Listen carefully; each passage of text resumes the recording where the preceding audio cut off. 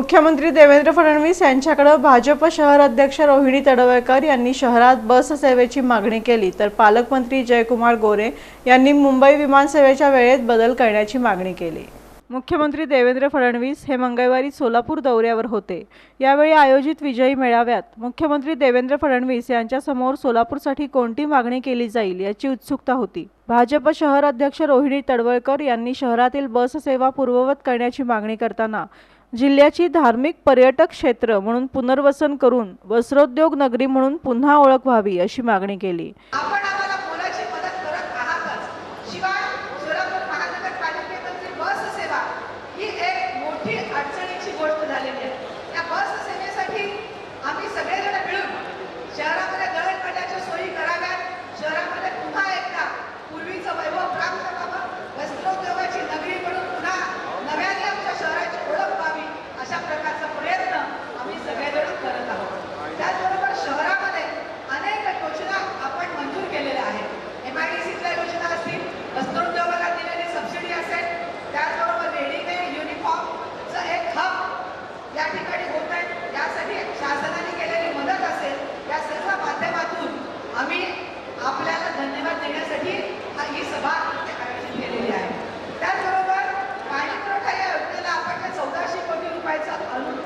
मदत केलेली आहे।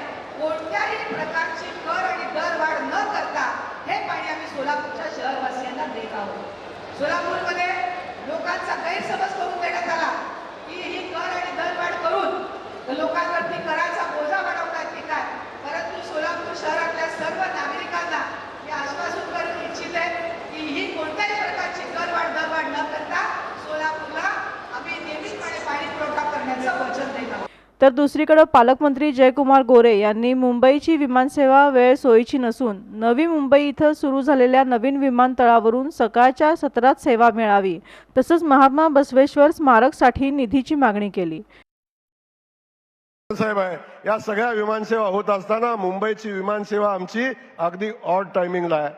आता नवी मुंबईचं विमानतळ चालू झालंय, आम्हाला सोयीचा सकाळचा स्लॉट आपल्याला मिळावा आणि सकाळी या सोलापूर शहरातून मुंबईला जायची संधी मिळावी, अशा पद्धतीची भावना या निमित्तानं आम्ही व्यक्त करतो। साहेब, लिंगायत समाजाचा हा खूप मोठा पट्टा आहे आणि सगळे लिंगायत समाज बांधवांनी खूप भरभरून प्रेम आपल्याला दिलेला आहे। मंगळवेढ्यामध्ये महात्मा बसवेश्वरांचं स्मारक व्हावं ही आमच्या लिंगायत समाजाची अनेक दिवसापासूनची भावना आहे। साहेब, पहिल्या बैठका झाल्यात,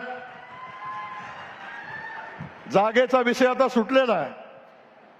15 एकर जागा आम्ही पहिल्या टप्प्यामध्ये त्याला देण्याचा निर्णय आता घेतलेला आहे। साहेब, ते स्मारक व्हावं ही सगळ्यांची अपेक्षा आहे, आपण सगळं दिलंय।